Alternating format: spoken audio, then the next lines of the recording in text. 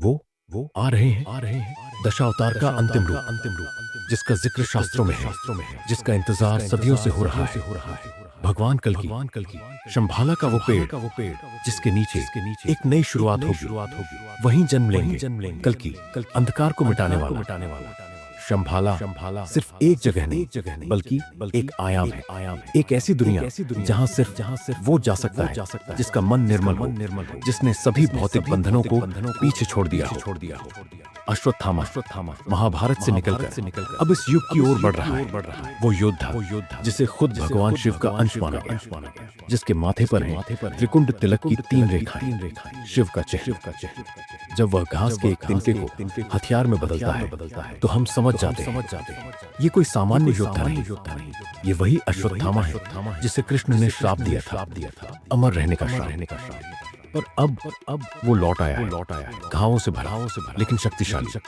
उसके पास है शिवमणि, एक ऐसी ऊर्जा जो उसे अजेय बनाती है। और फिर आती है सबसे चौंकाने वाली बात, वो भैरव जो काशी का रक्षक है। क्या वही है सूर्यपुत्र कर्ण? वो टोकरी में मिला बच्चा, वो जो ढाल की तरह अपने शरीर को ढकता है, वो जो न झुकता है न टूटता है।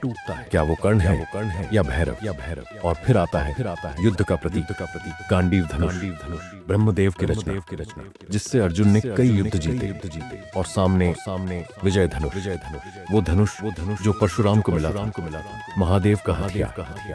क्या हम एक बार फिर देखेंगे इंद्र और सूर्य का टकराव? जैसे द्वापर युग में अर्जुन और कर्ण आमने सामने थे, वैसे ही अब कलयुग में उनके प्रतिनिधि आमने सामने हैं। लेकिन कहानी यही नहीं रुकती। मध्य क्रेडिट में एक नाम सामने आता है, जगन्नाथ। और वहीं से जुड़ता है कल की पुराण का सबसे बड़ा रहस्य। कहा जाता है कि आखिरी युद्ध वही होगा, जगन्नाथपुरी में, जहां काली और कल की एक दूसरे के आमने सामने होंगे। फिल्म में एक सीरम का जिक्र होता है। क्या वो कोई वैज्ञानिक खोज है या फिर वो ब्रह्म पदार्थ है, ईश्वर का अंश जो खुद श्री कृष्ण से जुड़ा है?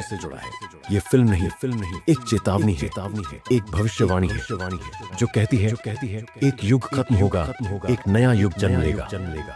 अब सवाल सिर्फ इतना है, क्या हम तैयार हैं उस कल के अवतार के स्वागत के लिए?